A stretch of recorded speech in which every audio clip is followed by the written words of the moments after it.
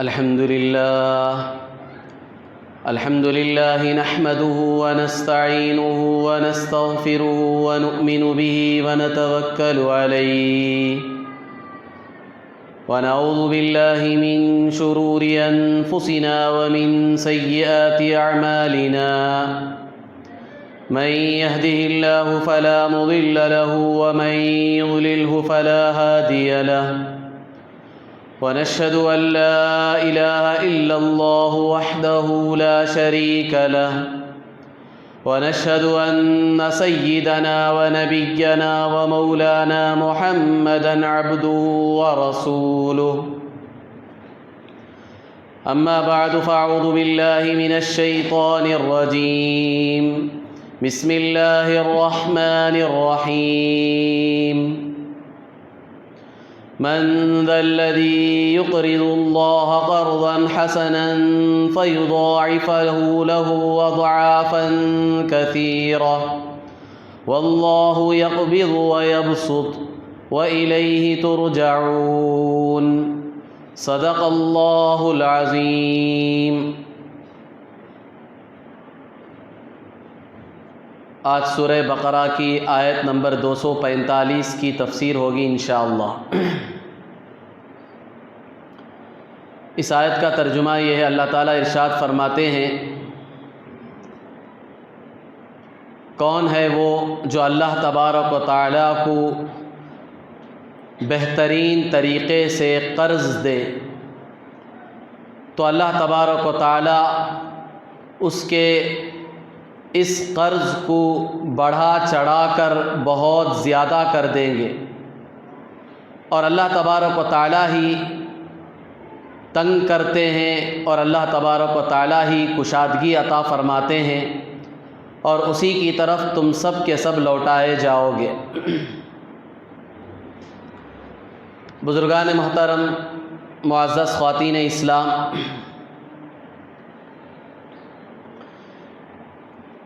اس آیت میں اللہ تبارک و تعالیٰ نے مسلمانوں کو ترغیب دلائی ہے کہ اللہ کی راہ میں اپنے مال کو خرچ کریں۔ اس سے پہلے جو آیت گزری تھی، اس میں اللہ تبارک و تعالیٰ نے جان کی قربانی پیش کرنے کی ہدایت کی تھی کہ اللہ کی راہ میں اس کے دین کی خاطر اپنی جان کی قربانی پیش کرو، موقع ملے تو اس میں دریغ نہیں کرنا چاہیے، پیچھے نہیں ہٹنا چاہیے۔ اس آیت میں اللہ تبارک و تعالیٰ مال کی قربانی پیش کرنے کا مطالبہ کر رہے ہیں کہ ہمارے دین کے لیے ہمارے راستے میں اپنے مال کی قربانی دینا، اس میں تمہیں ذرہ برابر بھی افسوس نہیں ہونا چاہیے، اس میں تمہیں دریغ نہیں کرنا چاہیے، پیچھے نہیں ہٹنا چاہیے، کیونکہ یہ مال اللہ تبارک و تعالیٰ ہی کا دیا ہوا ہے۔ ہم سمجھتے ہیں کہ یہ مال ہم نے اپنی ذاتی صلاحیت، اپنی طاقت، اپنی عقل، اپنی سمجھ بوجھ کے ذریعے سے کمایا ہے۔ ایسا نہیں ہے۔ مال اللہ تبارک و تعالیٰ جسے چاہتے ہیں اپنے فضل سے عطا فرماتے ہیں۔ اس میں ہمارا کوئی کمال نہیں ہے، ہماری طاقت کا اس میں دخل نہیں ہے، ہماری عقل کا اس میں کوئی دخل نہیں، ذرہ برابر بھی دخل نہیں ہے۔ دنیا میں کتنے لوگ ایسے ہیں، پڑھے لکھے ہیں، دانشور کہلاتے ہیں، بڑے بڑے عقل مند لوگ دنیا میں موجود ہیں، لیکن دنیا کی خاک چھان رہے ہیں، پیسہ نہیں ہے ان کے پاس، پریشان ہیں، دھکے کھا رہے ہیں، بڑی بڑی ڈگریاں ہیں ان کے ہاتھوں میں، صلاحیت ہے، سب کچھ ہے، لیکن مال کہیں سے حاصل نہیں ہو رہا۔ اور اس کے بالمقابل بعض ایسے بھی لوگ ہیں بالکل نابلد، بے وقوف، سمجھ نام کی چیز ان کے اندر نہیں ہے، لاکھوں کی جائیداد ہے ان کے پاس، لوگ دیکھ کر رال ٹپکاتے ہیں ان کی دولت کو دیکھ کر کہ اس کے پاس اتنی دولت کیسے آ گئی، میں اتنا سمجھدار ہوں، میرے پاس اتنی ڈگریاں ہیں، سب کچھ ہے، صلاحیت ہے، نوجوان ہوں، صحت مند ہوں، طاقتور ہوں، کیا نہیں ہے میرے پاس، لیکن مال میرے پاس نہیں ہے۔ اور یہ ہر طرح سے گیا گزرا ہے، نہ عقل اس کے پاس ہے، نہ طاقت اس کے پاس ہے، سمجھ بوجھ نام کی چیز نہیں ہے، دیکھنے میں بھی بہت کمزور ہے، اس کے باوجود لاکھوں کروڑوں اربوں خربوں کی دولت اس کے پاس ہے۔ اس سے یہ بات صاف معلوم ہوتی ہے کہ مال یہ اللہ کی ایک نعمت ہے، اللہ کا ایک فضل ہے، اللہ جسے چاہتے ہیں دے دیتے ہیں، اور اللہ اپنا یہ فضل دے کر بھی آزماتے ہیں، اور اللہ اپنے اس فضل کو روک کر بھی آزماتے ہیں۔ اللہ کی آزمائش دونوں طرح سے ہوتی ہے، اللہ کسی کو مال دے کر آزماتے ہیں، اس کا امتحان لیتے ہیں، تو کسی کو مال سے محروم کر کے اللہ آزماتے ہیں، امتحان لیتے ہیں، دونوں طریقے ہیں اللہ کے۔ کوئی اللہ سے پوچھ نہیں سکتا، سوال نہیں کر سکتا۔ تو پہلی بنیادی بات ہمیں یہ سمجھ لینی چاہیے کہ مال، اس پر ہماری کوئی ذاتی ملکیت نہیں ہے، مال کا حقیقی مالک اللہ ہے۔ اللہ نے ہمیں یہ مال دیا ہے، کیوں دیا ہے؟ اس وجہ سے کہ اس مال سے خود ہم بھی فائدہ اٹھائیں، دوسروں کو بھی فائدہ پہنچائیں، پھر اللہ اس مال میں برکت دیتے ہیں۔ اس لیے کہ حدیث میں اللہ کے رسول صلی اللہ علیہ وسلم نے فرمایا، ترزقون بضعفائکم، تمہیں جو رزق دیا جاتا ہے، تمہیں جو کھلایا جا رہا ہے، وہ تمہارے کمزوروں کی وجہ سے ہے۔ یہ جو بے بس، لاچار، مجبور، بیمار، ضرورت مند، محتاج جو لوگ ہیں، ان کی وجہ سے تمہیں رزق دیا جا رہا ہے کہ تم بھی استعمال کرو، ان پر بھی خرچ کرو، ان کی ضرورتوں کو بھی پورا کرو، اس لیے تمہیں مال دیا گیا۔ تو یہ ایک اللہ کا نظام ہے دنیا میں، اللہ مال دیتے ہیں، تو مال کا ملنا بھی امتحان ہے، مال کا نہ ملنا بھی امتحان ہے۔ اب یہاں اس آیت میں اللہ تبارک و تعالیٰ نے ارشاد فرمایا، کون ہے تم میں جن کو ہم نے مال دیا ہے، کون ہے جو اچھے طریقے سے اخلاص کے ساتھ ہمیں قرض دے؟ میں تم سے قرض مانگ رہا ہوں۔ جب یہ آیت نازل ہوئی تو لوگوں میں 3 قسم کی جماعتیں ہو گئی۔ ایک جماعت یہ کہنے لگی کہ دیکھو محمد صلی اللہ علیہ وسلم کا رب محتاج ہے، یہ ہم سے مال مانگ رہا ہے، نعوذ باللہ۔ اللہ کے بارے میں انہوں نے کہا کہ دیکھو محمد صلی اللہ علیہ وسلم کا رب دیکھو ہم سے مال مانگ رہا، اللہ پوچھ رہے کون ہے جو مجھے قرض دے۔ انہوں نے صاف اللہ کے شان میں گستاخی کی، انہوں نے کہا کہ دیکھو محمد صلی اللہ علیہ وسلم کا رب ہمارا محتاج ہے، ہم مالدار ہیں، وہ فقیر ہے، نعوذ باللہ، ہم سے مال مانگ رہا۔ اللہ تعالیٰ نے قرآن پاک کے 4 پارے میں اس کا ذکر کیا، لقد سمع اللہ قول الذین قالوا ان اللہ فقیر ونحن اغنیاء۔ اللہ نے سنی ان کی بات جنہوں نے کہا کہ اللہ فقیر ہے، ہم مالدار ہیں۔ اللہ سن رہا ہے، سب کی باتوں کو سن رہا ہے، سب دیکھ رہا ہے۔ تو ایک جماعت نے تو یہ کہا، اور ایک طرف دوسری جماعت تھی لوگوں کی، جب یہ آیت اتری اللہ نے اس طرح قرض مانگا تو وہ اور بخیل ہو گئے، اور کنجوس ہو گئے، اور زیادہ مال کے حریص ہو گئے۔ اور ایک جماعت تھی وہ صحابہ کی مقدس پاکیزہ جماعت،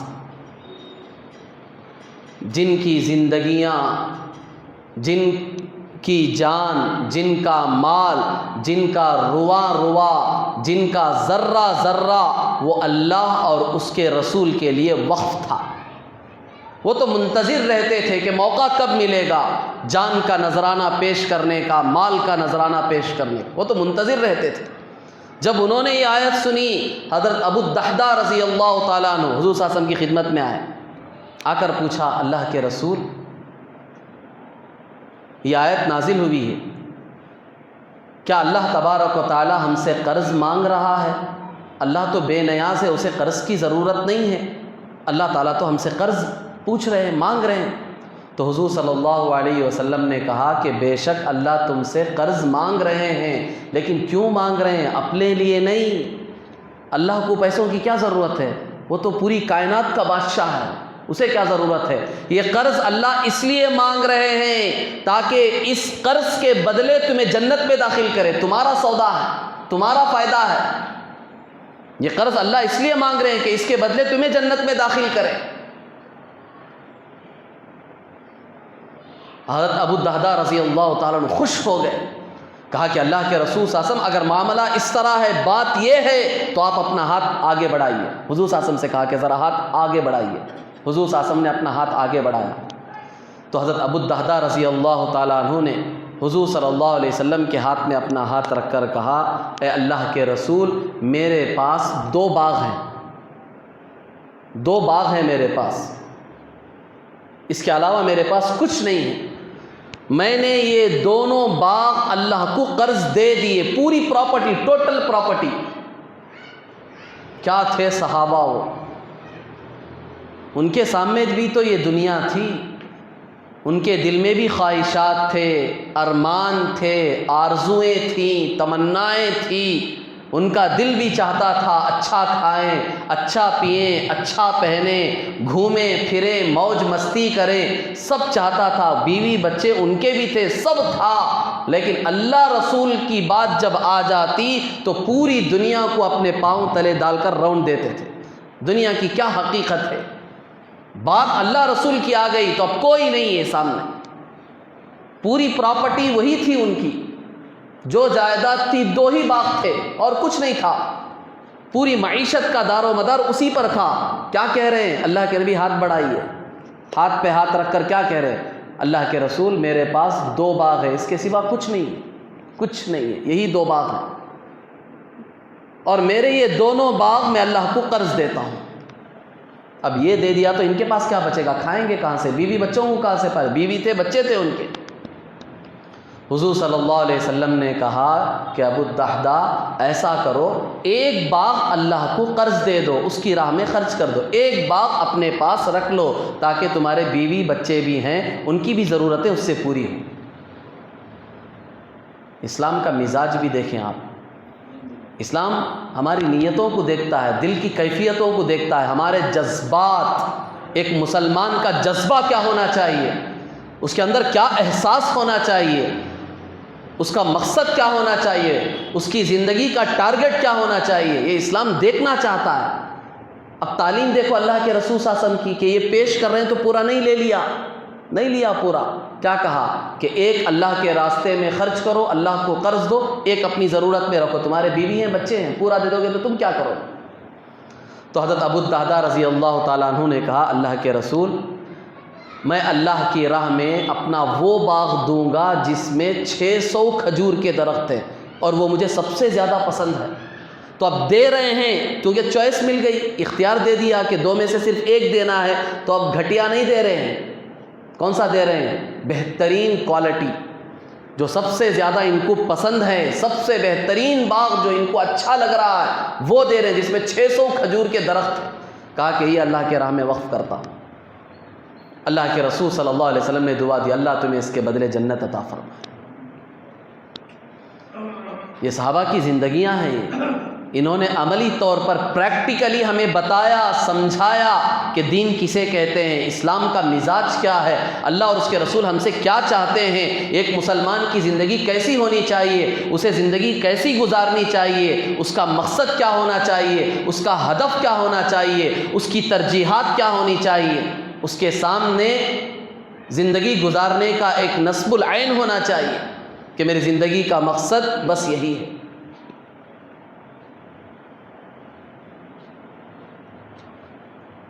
تو حضرت ابو الدہداء رضی اللہ تعالیٰ عنہ نے اپنا قیمتی اور من پسند جو باغ تھا وہ اللہ کے راہ میں خرچ کر دیا۔ اللہ کے راہ میں خرچ کرنے کا ثواب کتنا ہے اس کا اندازہ ہم نہیں لگا سکتے۔ اللہ تبارک و تعالیٰ نے قرآن پاک کی مختلف آیتوں میں مختلف انداز سے یہ بتایا کہ تم اللہ کو قرض دے رہے ہو، حالانکہ یہ قرض نہیں ہے، یہ تو مجازن کہا ہے۔ قرض کیا ہے؟ وہ تو اللہ مالک ہے اس کا، ہم اللہ کو کوئی قرض نہیں دے رہے ہیں، اللہ ہی ان پیسوں کا ہمارے مال کا مالک ہے۔ پھر قرض کیوں کہا؟ قرض اس لیے کہا کہ جس طرح دنیا والوں کو تم قرض دیتے ہو تو وہ قرض تمہیں واپس ملتا ہے، اس کا بدلہ تمہیں ضرور ملتا ہے، اسی طرح اللہ کو جو تم دے رہے ہو ایسا نہیں ہے کہ وہ صرف ون وے ہے، یوں جا رہا ہے واپس نہیں آ رہا ہے، نہیں، بلکہ اللہ کو جو تم قرض دے رہے ہو اس کا بدلہ تمہیں ضرور ملے گا۔ دنیا کا معاملہ تو یہ ہے کہ ہم لوگوں کو قرض دیتے ہیں تو اس میں کئی طرح کے احوال ہمارے سامنے آتے ہیں۔ ایک تو یہ ہوتا ہے کہ بہت سارے قرض واپس ہی نہیں کرتے، ابھی بتاؤں گا احادیث کی روشنی میں اس پر کیا وعیدیں ہیں جو لوگ قرض لے کر واپس نہیں دیتے۔ دنیا کا معاملہ تو یہ ہے کہ ہم قرض دیتے ہیں، بہت سے لوگ ایسے قرض واپس ہی نہیں دیتے، نظر بھی نہیں آتے، بات بند ہو جاتی ہے، ملاقاتیں ختم ہو جاتی ہے، رشتے ٹوٹ جاتے ہیں، گاؤں بدل جاتے ہیں، شہر چھوڑ کے چلے جاتے ہیں، بعض لوگ تو ملک چھوڑ کر چلے جاتے ہیں قرض لے کر۔ دنیا کا معاملہ تو یہ قرض لیتے ہیں، دینے کا نام نہیں لیتے۔ بعض ہوتے ہیں قرض واپس کرتے ہیں لیکن پورا نہیں دیتے، آپ سے لیا تھا 1 لاکھ روپے کا قرض، واپس کر رہے ہیں 50 یا 70 ہزار، اب باقی نہیں، بھول جاؤ، معاف کر دو۔ اور بعض ہوتے ہیں دیتے ہیں، پوری ادائیگی ہوتی ہے بعض لوگوں کی طرف سے قرض کی۔ تو دنیا کے معاملات تو یہ ہیں، لیکن اللہ تبارک و تعالیٰ کا معاملہ یہ نہیں ہے، اس کا وعدہ پکا اور سچا ہے، اس سے زیادہ سچ بات کوئی نہیں کہہ سکتا۔ قرآن میں اللہ نے کہا وَمَنْ أَصْدَقُ مِنَ اللَّهِ قِيلًا، بتاؤ اللہ سے بھی زیادہ سچ کہنے والا کوئی ہے دنیا میں؟ پوری کائنات میں اللہ سے کوئی سچ کہہ سکتا ہے؟ اس سے زیادہ سچ کہنے والا کوئی نہیں ہے، وہ سب سے زیادہ سچ کہنے والا، اس کی بات میں جھوٹ کا شائبہ بھی نہیں، جھوٹ نہیں بول سکتا اللہ۔ تو اللہ اس قرض کا بدلہ ضرور دیں گے۔ کتنا دیں گے؟ اللہ کہہ رہے ہیں فَيُضَاعِفَهُ لَهُ أَضْعَافًا كَثِيرًا، کہ ہم بہت بڑھا چڑھا کر بہت زیادہ کر کے تمہیں دیں گے۔ آپ اندازہ لگائیں، کہنے والا اللہ ہے اور اللہ کہہ رہے ہیں کہ بڑا چڑھا کر دیں گے، بہت زیادہ دیں گے۔ اب ذرا اللہ کی حیثیت کو تو دیکھو، اللہ کے مقام مرتبے کو دیکھو، اتنی بڑی ذات، پوری کائنات اس کے سامنے رائی کے دانے کے برابر بھی نہیں ہے، اس کی بھی حیثیت نہیں ہے، اتنی بڑی ذات کہہ رہی ہے میں بڑا چڑھا کر دوں گا۔ تو پھر اللہ کا وہ بڑا چڑھا کر دینا، اللہ کا بہت زیادہ دینا وہ کتنا ہوگا، اس کا نہ ہم اندازہ لگا سکتے نہ حساب کر سکتے۔ میں اور آپ اگر کسی کو کہہ دیں کہ میں تمہیں جاؤ اپنی حیثیت کے مطابق میں دوں گا، تو دنیا والے وہی کیلکولیشن ڈال لیتے ہیں، یہ حضرت زیادہ کا تو 2000 روپے دیں گے، اس سے زیادہ تو نہیں دے سکتے، ان کی کیپیسٹی اتنی ہی ہے۔ حساب ڈالتے نہیں ڈالتے؟ لوگوں کو دیکھ کر ہم حساب ڈال لیتے ہیں، لکھپتی ہے تو اسے بھی دیکھ کر حساب ڈال لیتے ہیں کہ یہ کہہ رہا ہے کہ بہت دوں گا، میں تمہیں خوش کر دوں گا، جاؤ، تو ہم بیٹھ کے حساب ڈالتے ہیں کتنا خوش کرے گا، زیادہ سے زیادہ 20,000 30,000 دے گا، اس سے زیادہ تو یہ نہیں دے سکتا۔ فوراً ہم حساب لگا دیتے ہیں، طے کر دیتے ہیں کہ یہ اتنا ہی دے سکتا ہے، اس سے زیادہ اس کی حیثیت نہیں ہے۔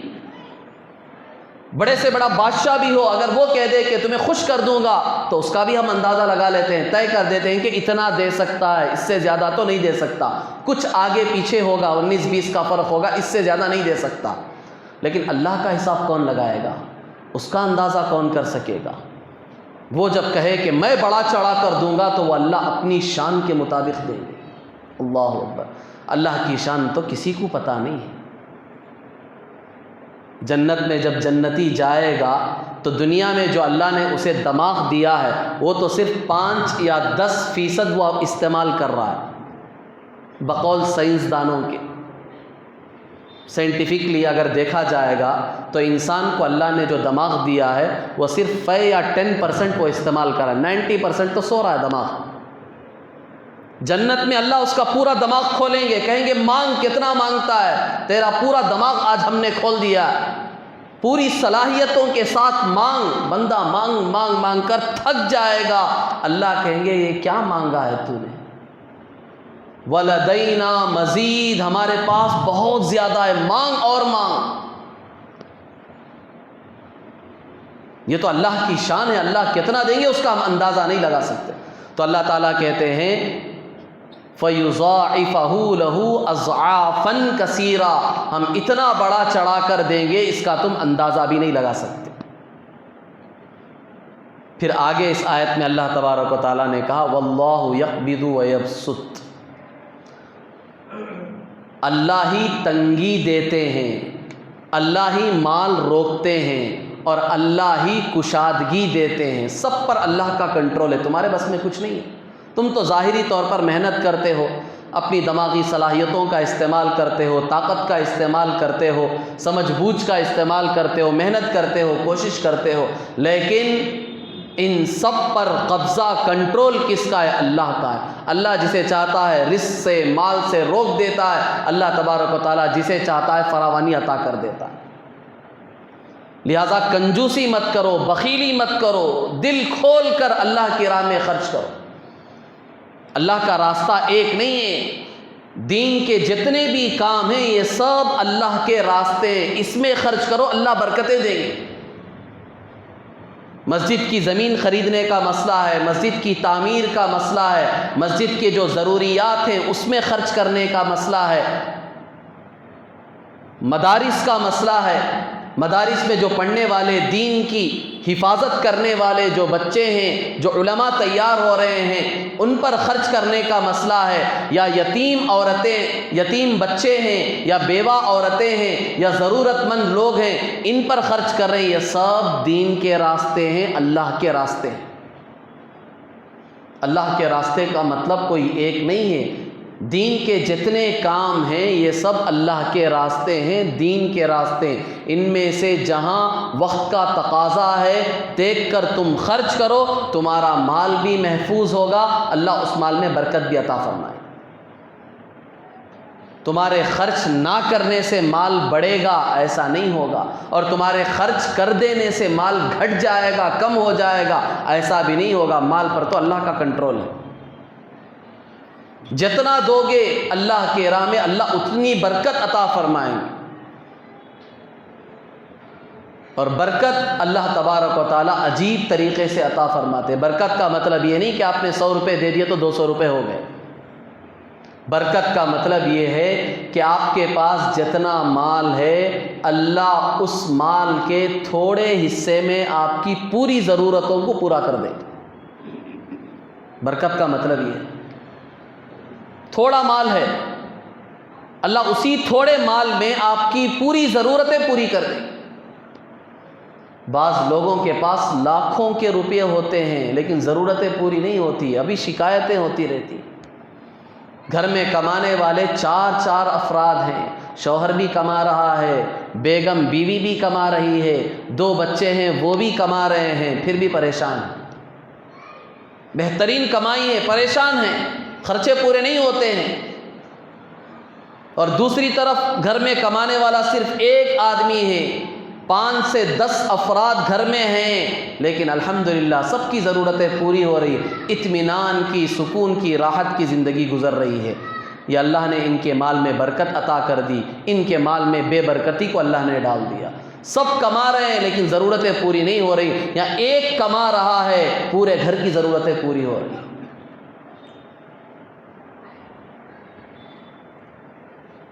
یہ جو عمر دراز لوگ بیٹھے ہوئے ہیں، ہمارے جو ماں باپ ہیں، خود ہم ان سے پوچھیں، ان کی زندگیاں جو گزری ہیں، کمانے والا ایک ہوتا تھا اور گھر میں کم از کم 10-15 افراد تو ضرور ہوتے تھے پورے گھر میں۔ کمانے والا کون ہے؟ صرف ایک آدمی ہے کمانے والا، گھر کی پوری ضرورتیں ہو رہی، الحمدللہ خوشی زندگی گزر رہی، ساری ضرورتیں پوری ہو رہی ہے، اطمینان سے زندگیاں وہ وقت کی برکتیں ہی عجیب تھی۔ دل میں کوئی کینہ نہیں، کپٹ نہیں، دشمنی نہیں، عداوت نہیں، سب ایک دوسرے کے لیے جان نچھاور کرنے والے، ایک دوسرے کی محبت دل میں لیے ہوئے۔ وہ دور ہی ایک عجیب تھا، کبھی اپنے بڑوں کے پاس بیٹھ کر ان کی زندگیوں کی کارگزاریاں سنیں، ان کے بچپن کے، ان کے جوانی کے واقعات پوچھ کر دیکھیں۔ آج وہ باتیں ہمیں سمجھ میں بھی نہیں آتی، مشکل ہے سمجھنا، کیا ایسی بھی زندگیاں گزرتی تھی، ایسی راحتیں تھیں، ایک عجیب قسم کا سرور، خوشی پورے گھر میں چھائی ہوئی، ایک فرد کماتا تھا 20 افراد کی ضرورتیں پوری ہوتی تھی، سب خوش ہیں۔ اور آج کا دور، گھر کا ہر فرد کما رہا ہے، کوئی ایک بھی ایسا نہیں ہے جو کمائی نہیں کر رہا، سب کما رہے ہیں، بے برکتی بے برکتی۔ کیوں؟ اس لیے کہ ہر آدمی کے دل میں کینہ، کپٹ، دشمنی، عداوت، حسد، ایک دوسرے کو دیکھ کر جلنا، بھائی بھائی کو دیکھتا ہے تو اس کی بنتی نہیں ہے، بہن بہن کو دیکھتی ہے تو اس سے بنتی نہیں ہے، شوہر بیوی کو دیکھتا ہے تو اس کی بنتی نہیں ہے، بچے ماں باپ کو دیکھتے ہیں تو ان کی بنتی نہیں ہے، ماں باپ بچوں کو دیکھتے ہیں تو ان کی بنتی نہیں ہے۔ ایسی عداوتیں اور ایسا حسد لے کر ہم زندگیاں گزار رہے ہیں تو برکت کہاں سے آئے گی؟ اللہ کی رحمت کیسے متوجہ ہو؟ گھروں میں بے برکتیاں چھائی۔ بہرحال تو اللہ تبارک و تعالیٰ نے یہاں صاف فرمایا کہ مال میں برکت دینا، مال میں بے برکتی ڈالنا، یہ سب اللہ کے قبضے میں ہے، تمہارے کرنے سے کچھ نہیں ہوتا۔ تمہیں یہ حکم ہے، تمہیں یہ تعلیم دی جا رہی ہے کہ ہمارا جو حکم ہے اسے اپنے پلے باندھے اور آنکھ بند کر اس پر عمل کرتے چلے جا۔ تو یہاں راہ خدا میں خرچ کرنے کی ترغیب دی گئی، اور بعض مفسرین نے اس آیت کا مصداق یہ بتایا ہے کہ جس طرح اللہ تعالیٰ نے یہاں قرض مانگا ہے کہ کون ہے جو اللہ کو بہترین قرض دے، ایک مطلب تو اس کا یہ ہے کہ دین کے راستے میں اللہ کی راہ میں خرچ کرنا، یہ ہے قرض۔ اور اس آیت کا دوسرا مطلب یہ ہے کہ کسی محتاج اور ضرورت مند آدمی کو قرض دینا، یہ بھی بہترین قرض ہے۔ کوئی بھی ضرورت مند آدمی ہے، پریشان حال ہے، اپنی ضرورت کو لے کر ہمارے پاس آ رہا ہے، تو ایک مسلمان کو چاہیے کہ جب وہ ضرورت مند آدمی ہمارے پاس آ رہا ہے تو اسے ہم قرض دیں، اس کی ضرورت کو پوری کرنے کی کوشش کریں۔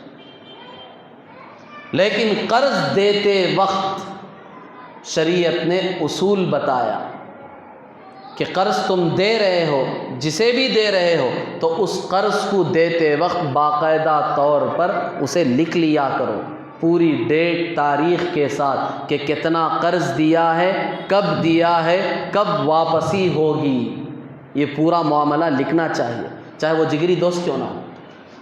ہمارا کوئی بھی معاملہ، یا ایھا الذین آمنوا اذا تداینتم بدین الی اجل مسمى فلیکتبوا، یہ جو سورہ بقرہ ختم ہونے کو ہے، بالکل آخر صفحے سے پہلے والے صفحے میں یہ پوری آیت ہے، قرآن پاک کی سب سے بڑی آیت ہے، اس میں یہی احکام بتائے گئے ہیں کہ کوئی بھی تمہارا آپس میں معاملہ ہو، لین دین ہوتا ہے، تجارت ہو، چاہے بزنس کا ہو، چاہے قرض کا معاملہ ہو، جگری دوست ہی کیوں نہ ہو، تمہارا سگا بھائی کیوں نہ ہو، اگر معاملہ کر رہے ہو، چاہے وہ تجارت کا ہو، بزنس کا ہو یا قرض کا ہو، تو پہلی بات یہ ہے کہ اسے لکھ لو۔ لوگ کیا کہتے ہیں؟ اسے عیب سمجھتے ہیں، ہمارے معاشرے میں لکھنے کو عیب سمجھتے ہیں، کہتے ہیں کہ ہماری بات کا بھروسہ نہیں ہے تمہیں، 20 سال کی دوستی آج تم نے توڑ کے رکھ دی۔ کس بات پر؟ میں نے کہا کہ بھئی ایک پیپر میں اسے لکھ لیں گے، میں آپ کو دے رہا ہوں، آپ مجھے 2 مہینہ بعد واپس کریں گے۔ میں نے صرف اتنا کہا اس سے کہ اسے پیپر میں لکھ لیں گے، تو اس کی زبان سے کیا جملہ نکل رہا ہے کہ تم نے 20 سال کی دوستی ہماری توڑ دی، میری بات پر یقین نہیں ہے تمہیں، میں تو تمہارے لیے جان دے سکتا ہوں۔ اب اس کے جملے یہ ہیں، قرآن کہتا ہے، اللہ اور اس کے رسول کہتے ہیں، اسلام کی تعلیمات یہ ہیں، جان دینا بات کا مسئلہ، میں تمہیں فی الوقت پیسے دے رہا ہوں، وہ کب دو گے وہ بتاؤ، وہ ڈیٹیلز ہم لکھیں گے، جان دینے کا بعد میں دیکھیں گے، موقع آیا تو دیو کہتے ہیں۔ یہ سب ہوائی فائرنگ نہیں چاہیے ہمیں۔ لوگ اسے عیب سمجھ رہے ہیں آج کل لکھنے کے لیے، جگری دوست ہے، کیا ضرورت ہے لکھنے، اس لیے قرآن نے کہا کہ نہیں، جگری دوستی بات کا مسئلہ، تم تجارت کر رہے ہو، بزنس کر رہے ہو، لین دین کا معاملہ ہے، قرض کا معاملہ ہے، سب سے پہلے پیپر میں لکھو، اسے قلم بند کرو، پکی تاریخ کے ساتھ، کب دے رہا ہوں، کتنا دے رہا ہوں، وہ کب واپس کرے گا، پوری تاریخ ہونی چاہیے۔ اور اس کے ساتھ مزید ہو سکے تو 2 آدمیوں کو گواہ بناؤ، تاکہ تم لکھو اور اس نے بھی دستخط کر دیے، بعد میں اگر وہ پلٹ گیا، اپنی بات سے مکر گیا تو کیا کرو گے؟ اس لیے 2 آدمیوں کو گواہ بناؤ، 2 مردوں کو گواہ بناؤ، دیکھو ہمارے درمیان اس طرح کا معاملہ ہو رہا ہے، آپ دونوں گواہ رہیں۔ اسلام کی تعلیمات کہاں تک خیال رکھا ہے اسلام نے کہ آگے چل کر کہیں جھگڑا نہ ہو، فساد نہ ہو، کیونکہ بہت سارے معاملات اس طرح ہوتے ہیں، جگری دوستی میں اس طرح لین دین ہو جاتا ہے، قرض دے دیتے ہیں، پھر بعد میں چلتے چلتے اب دوں گا تب دوں گا، اب دوں گا تب دوں گا، 2-4 سال جب گزر جاتے ہیں تو بعد میں کہتا ہے آپ نے تو صرف مجھے 70,000 دیے تھے، میں وہی واپس کروں گا، اب یہ کہہ رہا ہے میں نے تو تمہیں 1.5 لاکھ روپے دیے تھے، اب جھگڑا شروع ہو گیا، یہ کہہ رہا ہے 1.5 مہینے دیے تھے، وہ کہہ رہا ہے نہیں آپ نے مجھے 70 دیے تھے۔ اب بتاؤ کون ہے گواہ، کہاں ہے پیپر میں لکھا ہوا؟ اب یہاں سے جھگڑا، دشمنی، یہاں تک عجیب عجیب معاملات، عجیب عجیب کیس لوگوں کے سامنے آتے۔ اس لیے قرآن نے کہا سب چیزیں بات کی ہیں، معاملہ ہو رہا ہے، قرض کا ہو رہا ہے یا کوئی بھی لین دین کا معاملہ ہو رہا ہے، اسے لکھ لیا کرو، ساتھ میں 2 گواہ بنا لو۔ یہ بات شریعت نے بالکل واضح طور پر سمجھا دی۔ پھر حدیث میں کہا، اللہ کے رسول صلی اللہ علیہ وسلم نے کہ جب آپ علیہ الصلاۃ والسلام معراج پر گئے تو آپ کو جنت بھی دکھائی گئی اور آپ کو دوزخ کی بھی سیر کرائی گئی۔ جب آپ جنت پر پہنچے تو آپ نے وہاں دیکھا جنت کے دروازے پر لکھا ہوا تھا صدقہ دینے والے کو 10 گنا ثواب ملے گا اور قرض دینے والے کو 18 گنا ثواب ملے گا، زیادہ ثواب ملے گا۔ حضور صلی اللہ علیہ وسلم نے دیکھا کہ جو صدقہ کر رہا ہے، خیرات کر رہا ہے، اسے تو 10 گنا ثواب مل رہا ہے، اور جو قرض دے رہا ہے، کسی محتاج کو، ضرورت مند کو قرض دے رہا ہے تو اسے 18 گنا ثواب زیادہ مل رہا ہے۔ تو حضور صلی اللہ علیہ وسلم نے جبریل علیہ الصلوۃ والسلام سے پوچھا کہ یہ کیا ماجرا ہے، صدقہ دینے والے کو ثواب کم ہے اور قرض دینے والے کو ثواب زیادہ مل رہا ہے، کیا ہے اس کی وجہ؟ تو جبریل علیہ الصلوۃ والسلام نے کہا اس کی وجہ یہ ہے کہ جو آدمی صدقہ دیتا ہے، صدقہ لینے والا جو ہے اس کے پاس کچھ نہ کچھ ضرورت کی چیز ہوتی ہے، پھر بھی وہ صدقہ لیتا ہے، لیکن قرض مانگنے والا جو قرض مانگتا ہے وہ مجبوری میں مانگتا ہے، بغیر مجبوری کے آدمی قرض نہیں مانگتا۔ جب حد درجہ مجبوری ہو جاتی ہے، جب انتہا درجے کا آدمی پریشان ہو جاتا ہے، ایسی حالت میں جا کر جب سارے راستے بند ہو جاتے ہیں تب جا کر وہ کسی کے پاس قرض مانگتا ہے۔ تو اس مجبوری کی حالت میں جو ہم اسے قرض دے کر مدد کرتے ہیں، اللہ کو بڑا پیار آتا ہے اس بندے پر، اللہ کو اس کی وہ ادا بہت اچھی لگتی ہے کہ میرے ایک مجبور محتاج بندے کی اس نے مدد کی ہے، تو اللہ اسے صدقہ دینے والے سے بھی زیادہ ثواب عطا فرماتے، صدقہ دینے والے سے بھی زیادہ ثواب عطا فرماتے۔ اور ایک حدیث میں یہاں تک آیا قرض دینے کے بعد اگر تم دیکھ رہے ہو کہ جسے تم نے قرض دیا ہے وہ ادا نہیں کر پا رہا ہے، تمہیں خود معلوم ہو رہا ہے، محسوس ہو رہا ہے اس کی وہ کیپیسٹی نہیں ہے، اس کی حالت اچھی نہیں ہے، وہ قرض ادا نہیں کر پا رہا ہے، تو شریعت کہتی ہے اسے مہلت دو اور اسے چند دن چھوڑ دو، اس سے کہو کہ ٹھیک ہے تم نے وعدہ کیا تھا اس مہینے میں قرض واپس کرو گے، میں دیکھ رہا ہوں کہ تمہاری حالت اچھی نہیں ہے، میں تمہیں اور 4-5 مہینے کی مہلت دیتا ہوں، اگر ہو سکے تو اسے مہلت دو۔ اور تم دیکھ رہے ہو کہ اسے مہلت دینے کے باوجود یہ نہیں دے سکتا کیونکہ اس کی حالت اور بری ہو چکی ہے، بالکل اس کے پاس طاقت ہی نہیں ہے، حیثیت ہی نہیں ہے قرض واپس کرنے کی، تو شریعت تمہیں یہ ترغیب دیتی ہے کہ تم اسے معاف کر دو۔ یہ معاف کرنے پر تمہیں کیا اجر ملے گا؟ کل قیامت کے دن اللہ تمہیں معاف کریں گے، اللہ تمہیں سارے گناہوں سے معاف کریں گے، اللہ کو تمہاری یہ ادا اتنی اچھی لگے گی کہ دنیا میں تم بندے ہو کر میرے ایک بندے کی ضرورت سمجھ کر تم نے میرے بندے کو معاف کیا تو میں تو تم سے بڑا ہوں، میں تو بادشاہوں کا بادشاہ ہوں، کیا میں تمہیں معاف نہیں کر سکتا؟ اللہ تمہیں معاف کریں گے قیامت کے دن۔ واقعی وہ ویسا آدمی بھی ہونا چاہیے۔ آج کل تو لوگ بہت دھوکہ دیتے ہیں، دھوکے باز ہیں، قرض لے لیتے ہیں، لینے تو لے لیتے ہیں، لیتے وقت منہ اتنا میٹھا ہوتا ہے ان کا، اللہ کی پناہ، اتنا میٹھا منہ اور کسی کا نہیں ہوتا قرض لیتے وقت۔ قرض دینے کی جب باری آتی ہے تو ایسے عجیب معاملہ کرتے ہیں، بالکل اجنبی بن جاتے ہیں کہ جانتے بھی نہیں ہیں۔ جیسا شروع میں نے عرض کیا، راستے بدل جاتے ہیں، ان کے عادات اخلاق بدل جاتے ہیں، گھر بدل جاتے ہیں، گاؤں بدل جاتے ہیں، شہر بدل جاتے ہیں، بعض لوگ تو ملک ہی چھوڑ کے چلے جاتے ہیں، قرض دینا پڑے گا۔ ایسے لوگوں کے لیے تو حدیث میں سخت وعیدیں بیان کی گئی ہیں۔ اللہ معاف فرمائے، اللہ ہم سب کی حفاظت فرمائے۔ اللہ کے رسول صلی اللہ علیہ وسلم کا معاملہ کیا تھا؟ جب بھی آپ کے سامنے کوئی جنازہ لا کر رکھا جاتا تو حضور صلی اللہ علیہ وسلم پوچھتے تھے اس پر کسی کا قرض ہے؟ پوچھتے تھے مجمع سے، کوئی جواب دیتا کہ ہاں اس پر قرض ہے تو پھر حضور صلی اللہ علیہ وسلم پیچھے ہٹ جاتے کہ میں اس کی جنازے کی نماز نہیں پڑھاؤں۔ کیوں؟ اس لیے کہ حضور صلی اللہ علیہ وسلم جنازے کی نماز پڑھائیں گے تو اس کی مغفرت یقینی ہے، اس کی مغفرت تو ضرور ہوگی، اور اللہ کے نبی یہ نہیں چاہ رہے ہیں کہ اس کی مغفرت ہو جائے۔ کیوں؟ اس لیے کہ اس نے دھوکہ دیا ہے، قرض ادا نہیں کیا ہے، ایک آدمی کا بوجھ اس کے کاندھے پر ہے، اگر اس کی مغفرت ہو گئی تو اس کا حق کون ادا کرے گا؟ اس لیے اللہ کے رسول صلی اللہ علیہ وسلم جنازے کی نماز نہیں پڑھاتے تھے۔ ہاں اگر کوئی یہ کہتا، حضور صلی اللہ علیہ وسلم یا تو خود پوچھتے اس کی کوئی جائیداد پراپرٹی ہے، اگر کوئی کہتا کہ ہاں اس کی جائیداد ہے، اس میں سے قرض ادا کر سکتے ہیں، اتنا پیسہ ہے، تو پھر حضور صلی اللہ علیہ وسلم اس کی نماز پڑھاتے۔ اگر کوئی کہتا کہ کوئی جائیداد بھی نہیں ہے اس کی، تو بھی حضور نماز نہیں پڑھاتے۔ یا اگر کوئی صحابی دوسرا یہ اپنی ذمے لے لیتا کہ میں ان کی طرف سے قرض ادا کر دوں گا، تو پھر حضور نماز پڑھاتے، ورنہ نماز نہیں پڑھاتے۔ آپ اندازہ لگائیں، اللہ کے نبی کے ہوتے ہوئے آپ خود اس کی جنازے کی نماز نہیں پڑھا رہے ہیں تو کتنا سخت قسم کا عذاب ہوگا اس شخص کو جو قرض کا بوجھ لے کر اس دنیا سے جاتا ہے۔ اسی وجہ سے حدیث میں آیا،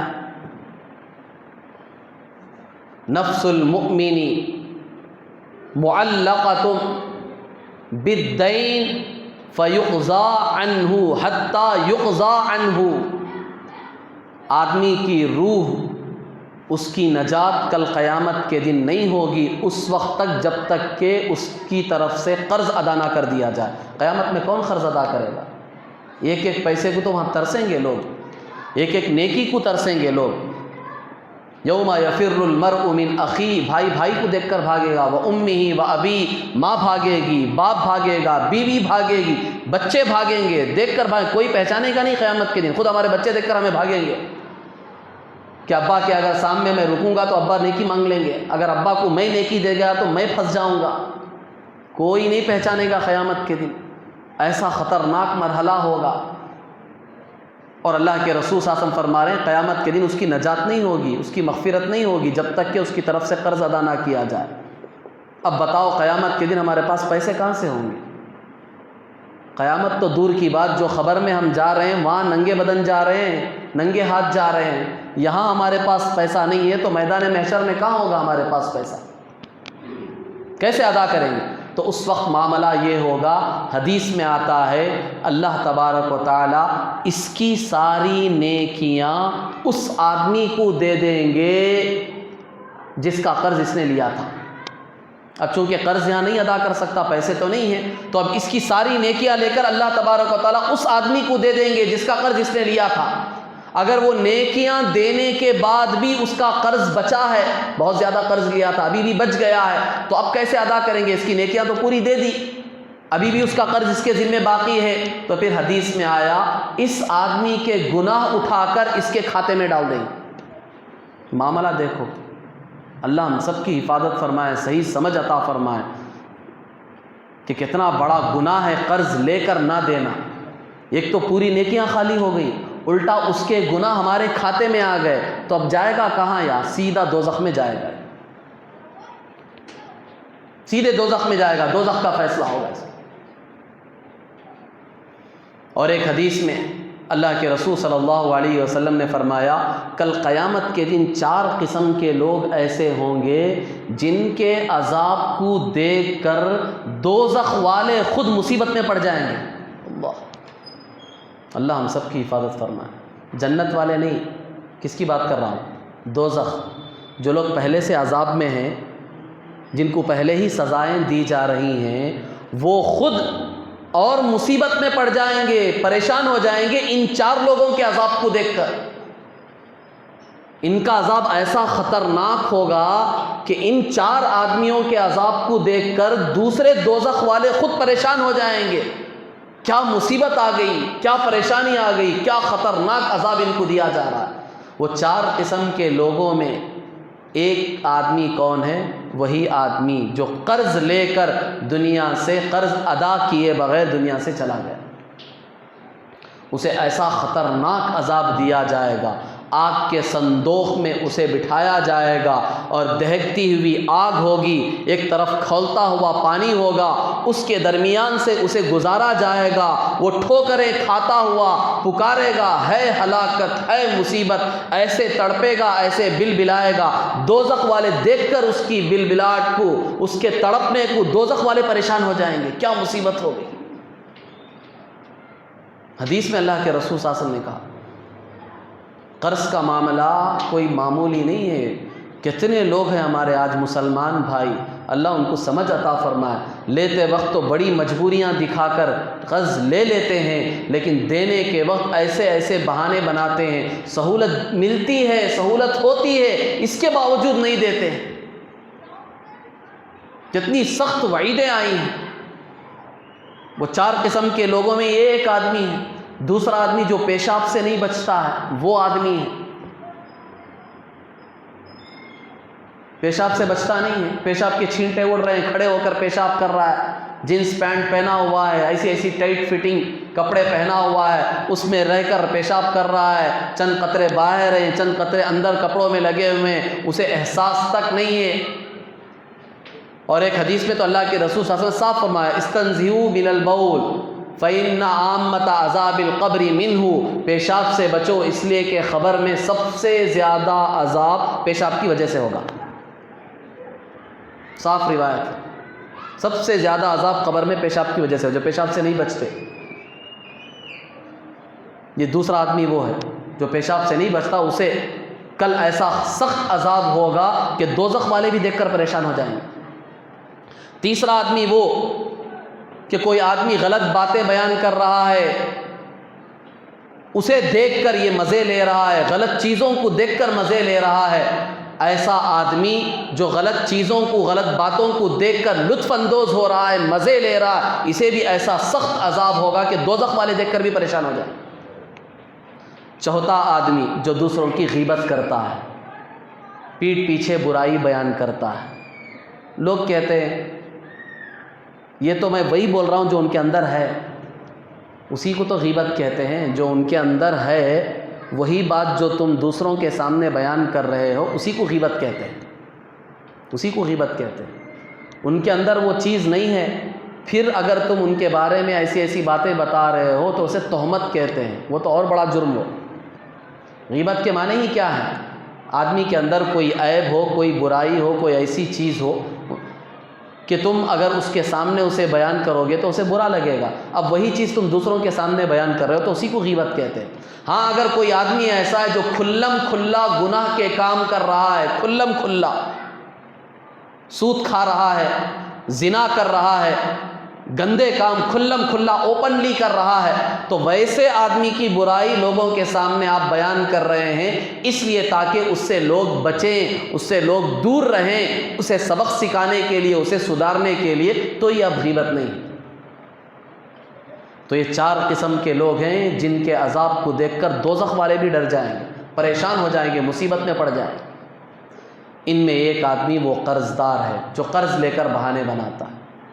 اس لیے جس آدمی نے قرض لیا ہے، واقعی اگر اسے مجبوری ہے وہ قرض نہیں دے سکتا تو چھپ کر نہیں پھرنا، ادھر ادھر بھاگنا نہیں چاہیے، کھلم کھلا آپ اس کے پاس آئیں، آ کر اسے کہیں میں آپ کو اللہ کا واسطہ دیتا ہوں، برائے مہربانی فی الوقت مجھے طاقت نہیں ہے، حیثیت نہیں ہے میری ادا کرنے کی، اگر آپ کو یہ محسوس ہو رہا ہے کہ 5 مہینے یا 1 سال بعد آپ کوشش کر کے ادا کر سکتے ہیں تو اس سے آپ مہلت لیں، کھلم کھلا کہیں۔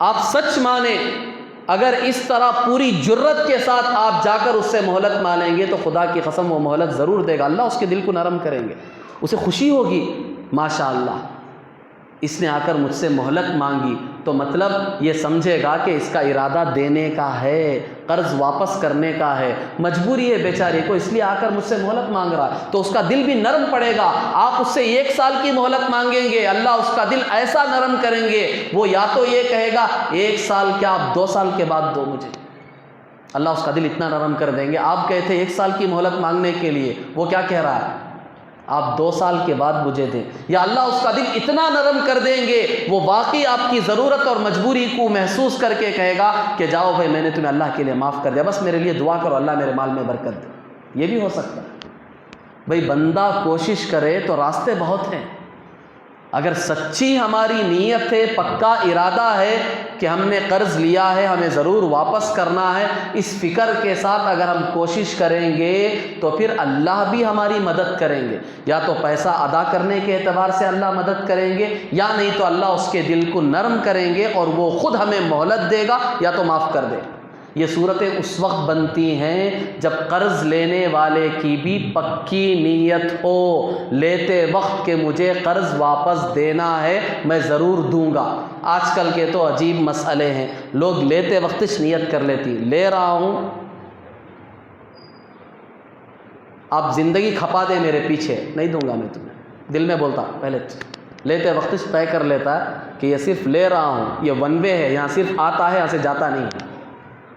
لوگ ایسے لیتے ہیں آج کل، قرض لینے والے بھی ایسے ہیں، لیتے وقت ہی نیت کر لیتے ہیں، ان کے لیے وہ وعیدیں ہیں جو حدیث میں نے بیان کیا۔ اللہ تبارک و تعالیٰ صحیح معنوں میں ہمیں ان باتوں کو سمجھنے کی توفیق عطا فرمائے، اور اللہ نے جو ہمیں مال دیا ہے ہمیں اللہ کی راہ میں خوب خرچ کرنے کی توفیق عطا فرمائے، دین کے راستے میں مجبور، محتاج، یتیم، بیوائیں اور جتنے بھی اللہ کے دین کے راستے ہیں ان میں اللہ کے مال کو خوب خرچ کرنے کی توفیق عطا فرمائے، اور ہم میں سے جتنے لوگوں نے دوسروں سے قرض لیا ہے اللہ تعالیٰ ہمیں صحیح سمجھ دے، اللہ ہمیں توفیق دے، اللہ ہمارے اندر آخرت کا فکر پیدا فرمائے، قیامت کا عذاب کا احساس ہمارے اندر پیدا ہو جائے، اور ہمیں اللہ قرض ادا کرنے کی بھی توفیق عطا فرمائے۔ اسی لیے جب آدمی مرتا ہے تو مرنے کے بعد اس کی پوری پراپرٹی میں سب سے پہلا جو خرچہ ہے وہ اس کے تجہیز و تکفین کا ہے، اس کے بعد دوسرا نمبر اس کے قرض کا ہے۔ بیوی بچوں کو اٹھا کو پراپرٹی تقسیم کرنا سنی، پہلا نمبر کیا ہے؟ جب آدمی مرتا ہے مرنے کے بعد پہلا خرچ کیا؟ اس کے کفن دفن کا، وہ تو چھوٹا خرچہ ہے، 5-10 ہزار روپے میں ہو جائے گا۔ اس کے بعد اس کی پوری پراپرٹی اٹھا کر بانٹ لینا سنی، بیٹے، بیوی، ماں باپ، یہ میرا وہ میرا، یہ تیرا یہ تیرا، یہ جو بانٹتے ہیں یہ بانٹنا نہیں ہے۔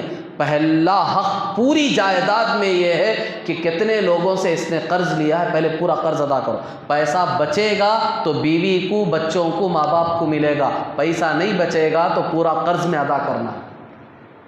شریعت نے یہ حق بتایا ہے کہ قرض کا حق یہاں تک ہے، اسے سمجھو۔ اللہ ہم سب کو صحیح معنوں میں سمجھنے کی توفیق عطا فرمائے، آمین۔ وآخر دعوانا الحمد للہ رب العالمین۔